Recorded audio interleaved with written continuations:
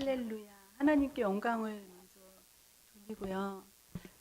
이 자리, 귀한 자리, 우리 대선배 목사님들 앞에 부족하고 정말 아기 같고 갓 태어나가지고 이렇게 쓸 수 없는 자리에 쓰게 해주신 우리 안병준 담임 목사님께 너무 감사를 드립니다.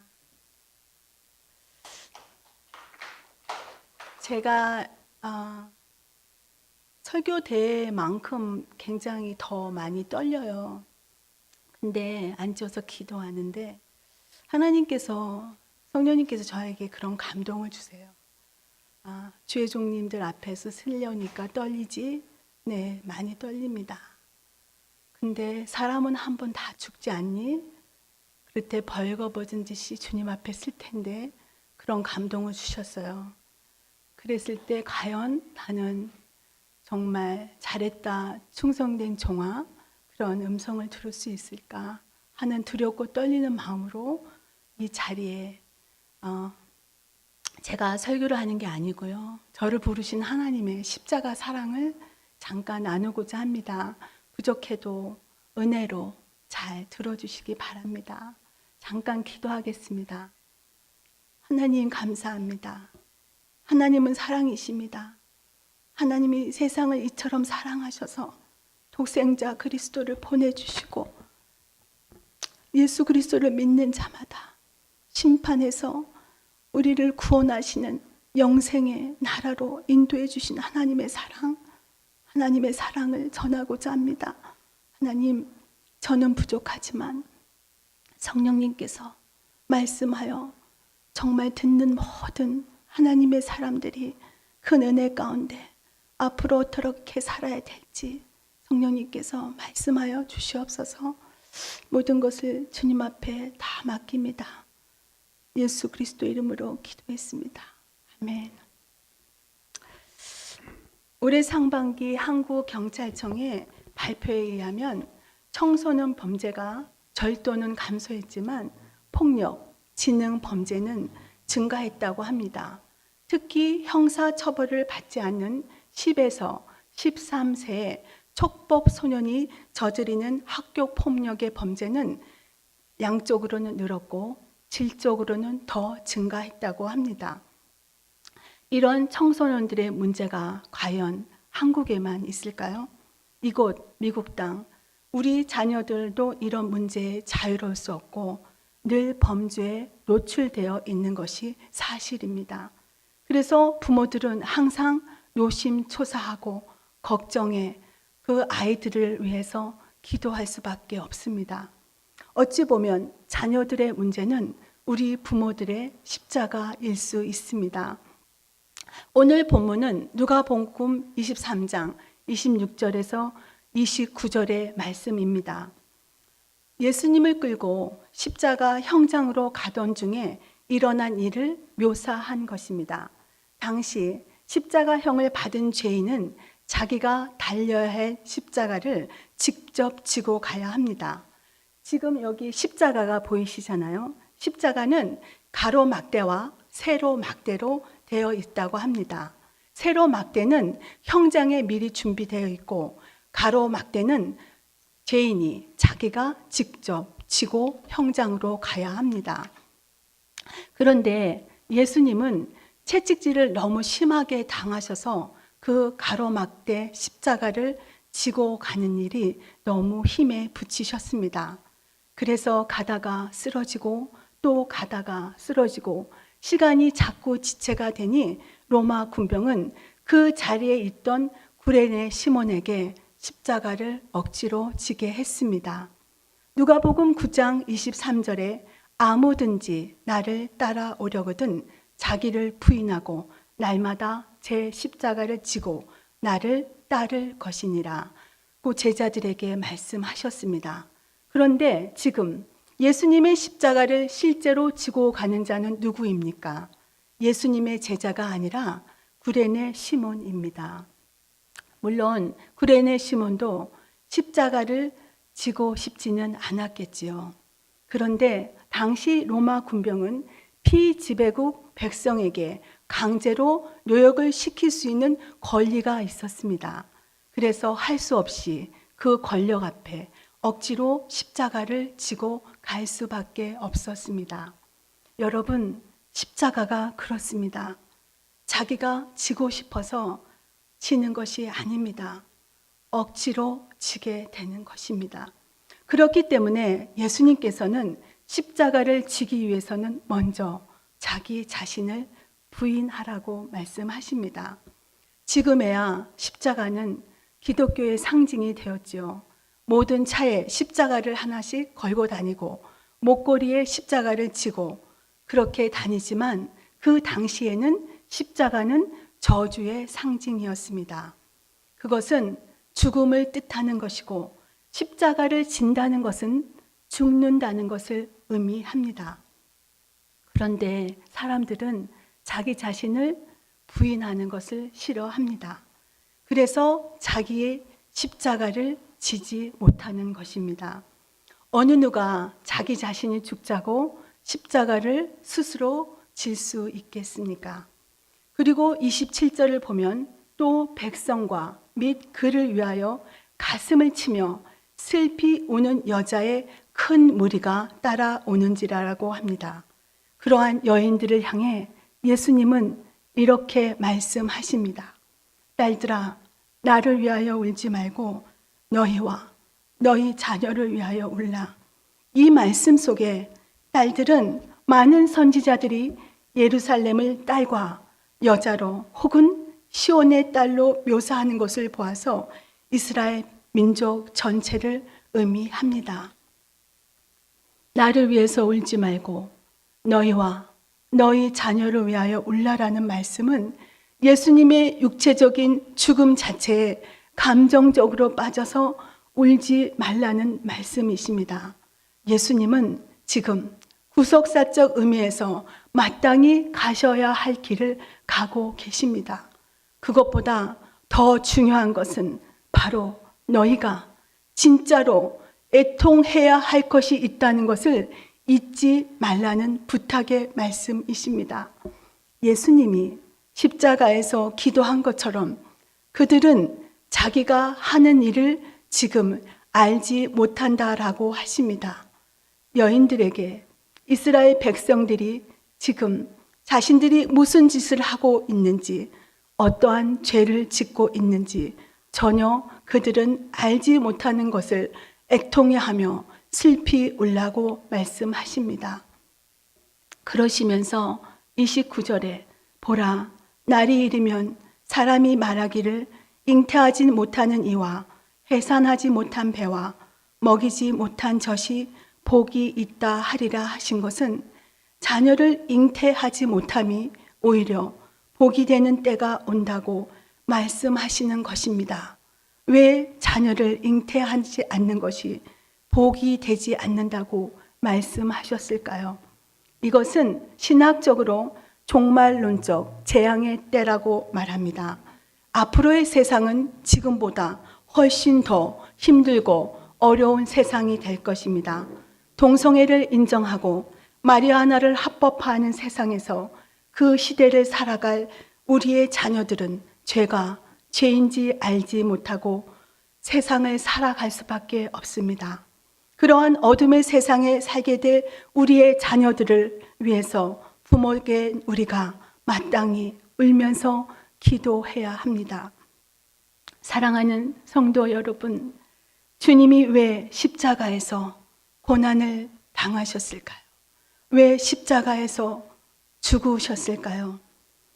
우리의 죄와 허물 때문입니다. 죽을 수밖에 없던 우리를 위해서 구원하시기 위해서 십자가에서 죽으셨습니다. 그래서 우리는 우리의 죄인됨을 깨닫고 주님 앞에 온전히 회개를 하며 구원을 받도록 주님 앞에 나아가야 합니다. 그리고 우리의 자녀들까지도 회개하고 구원을 받게 해야 합니다. 이것이 부모들이 반드시 지어야 할 십자가이고 사명입니다. 2011년 9월 5일 오렌지 카운티 레지스터에 청소년 문제의 타픽으로 이러한 기사가 실렸습니다. 그 전날 저녁 7시 30분경에 오렌지 카운티의 한 대로변에서 20대 초반의 아시안 청년이 마약에 취해 실오라기 하나 걸치지 않은 알몸으로 차가운 맨 아스팔트 위에 쓰러져 있었습니다. 마침 그 길을 지나던 어느 행인이 911에 신고함으로 근처 UCI 임멀전시 응급센터로 이송이 되었지만 이미 시간이 늦어서 그 청년은 숨을 거둔 후였습니다. 왜 이 청년은 그곳에서 차가운 시신으로 발견이 되었을까요? 과연 그 청년은 누구고 그의 죽음에는 어떠한 사연이 있었을까요? 숨진 그날은 주일이었습니다. 12년 동안 전도했던 친구가 교회를 가겠다고 해서 아침 일찍 집을 나선 청년은 그날 저녁 숨진 채로 발견되었습니다. 그 일은 머나먼 타국 선교지에서 일어난 일이 아닙니다. 바로 미국 땅 이곳에서 오렌지 카운티에서 일어난 사건입니다. 전도하기 위해 친구의 집에 갔던 날 친구는 다른 친구와 이미 마약에 취해 있었다고 합니다. 그 친구를 위해서 계속 기도하며 전도할 시간을 기다리던 청년은 그 친구를 그대로 놔두고 갈 수 없어서 함께 있었습니다. 그런데 그 친구가 몰래 타놓은 음료수를 모르고 마신 청년은 자신도 모르게 마약에 빠져버렸습니다.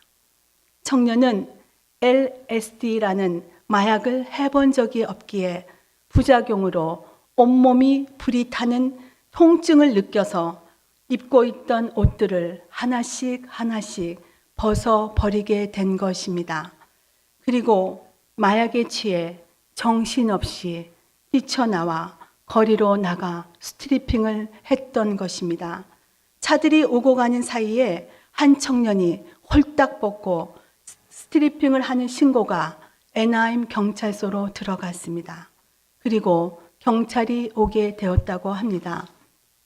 그런데 그 청년은 없었습니다. 함께 마약을 하던 친구 중에 마약을 가져온 친구가 자신의 죄가 드러날까 두려워 청년을 자신의 차에 싣고 달아나 버렸기 때문입니다. 그때 그 친구가 병원에만 데려다 주었으면 그 청년은 죽지 않았을 수도 있습니다. 그러나 친구는 청년을 싣고 시내 여기저기를 돌아다니며 시간을 보냈습니다. 아마 자기 죄가 두려워서였을 것입니다. 그리곤 이야기가 끝납니다. 더 이상 친구들이 말을 해주지 않기 때문입니다. 폴리스 리포트에는 그 청년이 달리는 차 안에서 뛰어내렸다고 친구들이 주장했다고 하지만 조그만 콜로라 차 안에서 어떻게 뛰어내려서 죽을 수가 있었겠습니까? 왜 제가 이 기사의 내용을 잘 알고 있을까요? 그 청년은 바로 저의 아들입니다. 22년을 사랑과 믿음으로 키운 저의 사랑하는 아들 루이스입니다. 병원에 누워있던 4살 된 아들을 보고 전 미친 듯이 울기 시작했습니다. 하나님, 우리 아들 열심히 믿음 생활도 하고 이제 사도 바울처럼 주의 종이 돼서 선교사로 나가겠다고 헌신했는데 하나님, 왜 그렇게 하셨습니까? 그냥 교통사고 나서 데려가시지 왜 마약을 먹고 알몸이 되어서 밖에 버려서 죽게 하셨습니까?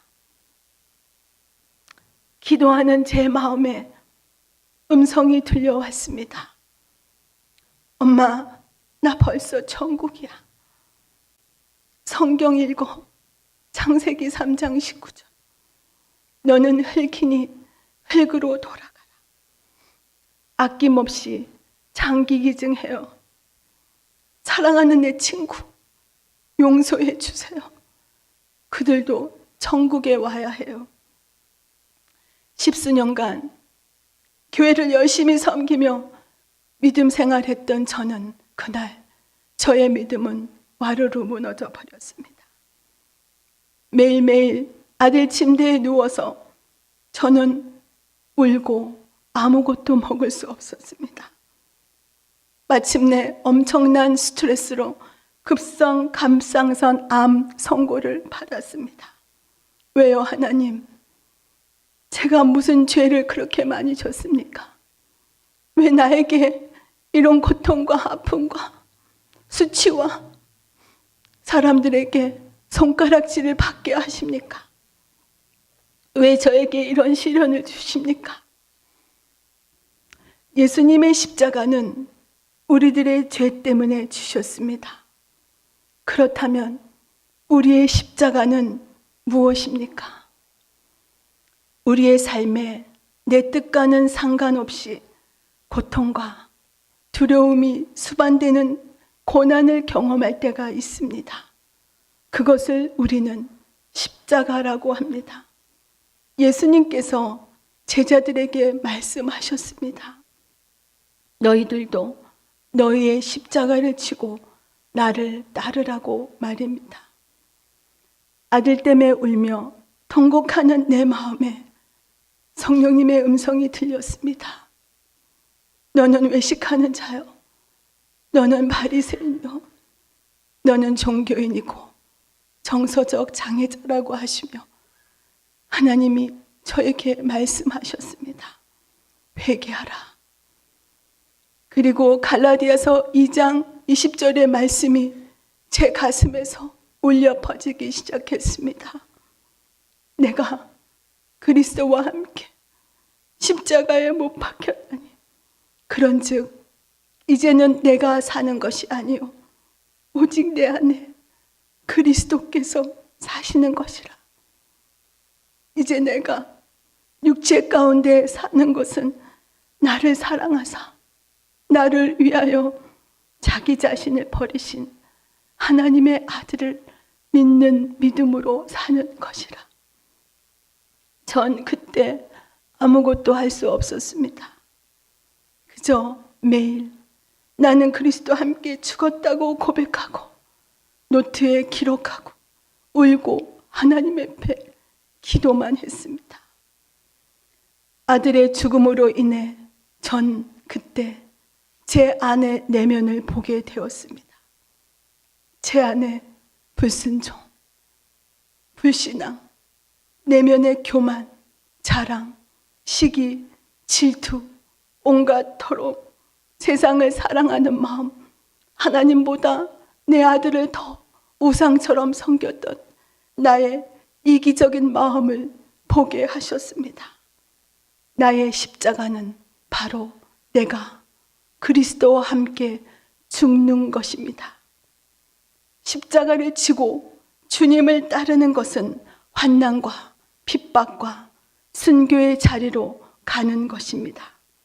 그래야 내 안에 계신 주님이 그때야 보이게 되는 것입니다.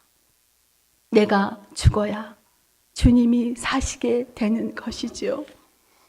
그렇게 1년이란 시간이 지났을 때 저는 십자가 앞에서 죽을 수 있었습니다. 그렇게 미웠던 아들의 친구들을 용서할 수 있는 마음을 하나님께서 주셨습니다.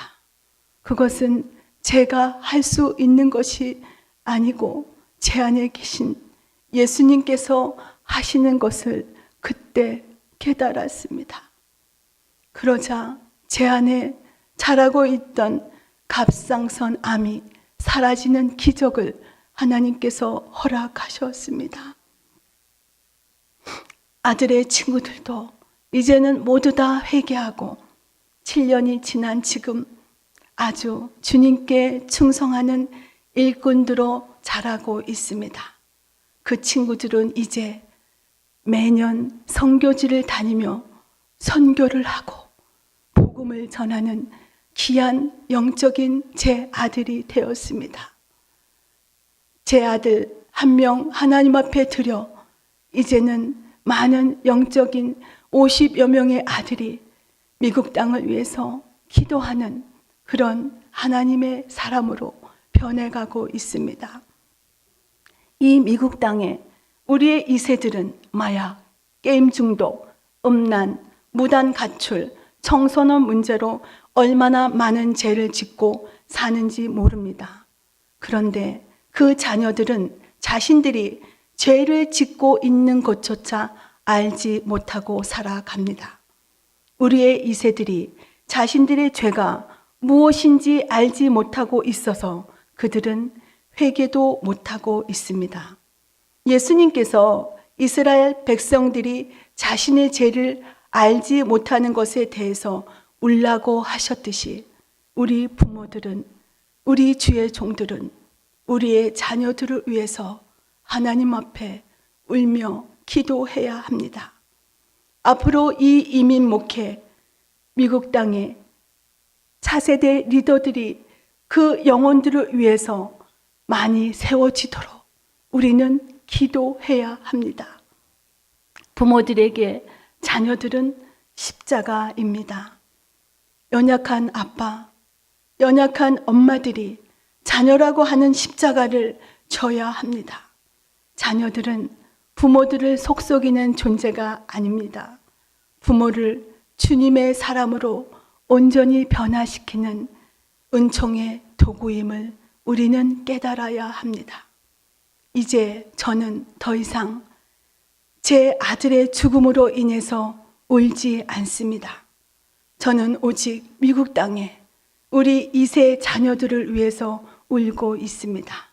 왜냐하면 제 아들은 지금 천국에서 주님과 함께 행복하게 있기 때문입니다.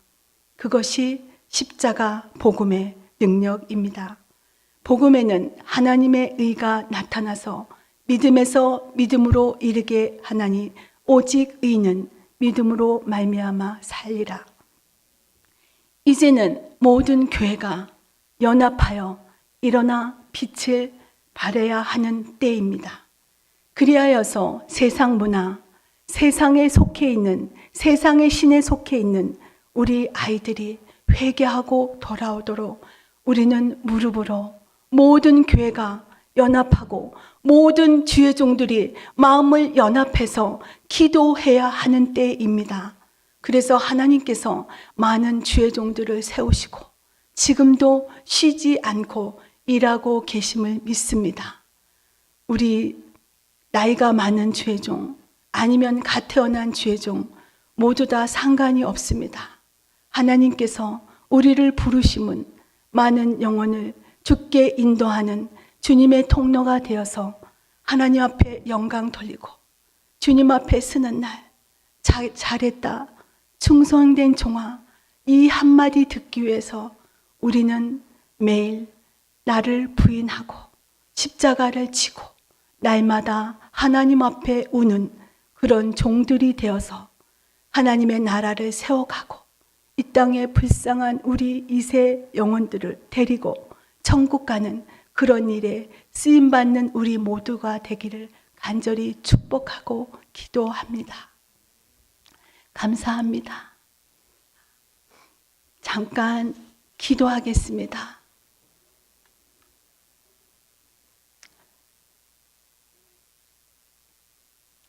하나님 감사합니다. 한 영혼을 전하보다 귀하였기에 여기셔서 이 땅에 하늘 보좌를 버리시고 이 땅에 오셔서 십자가에 우리 모든 죄와 허물을 다 지시고 모든 믿는 자에게 영원한 구원을 주시는 예수 그리스도의 사랑을 오늘 이 밤에 가슴속에 새깁니다. 하나님, 우리의 남은 인생이 하나님 앞에 벌거벗은 듯이 다 드러날 그 날에 두렵고 떨리는 마음으로 매일매일 십자가의 사명을 지고 가는 우리 모든 하나님의 사람들이 되기를 원합니다.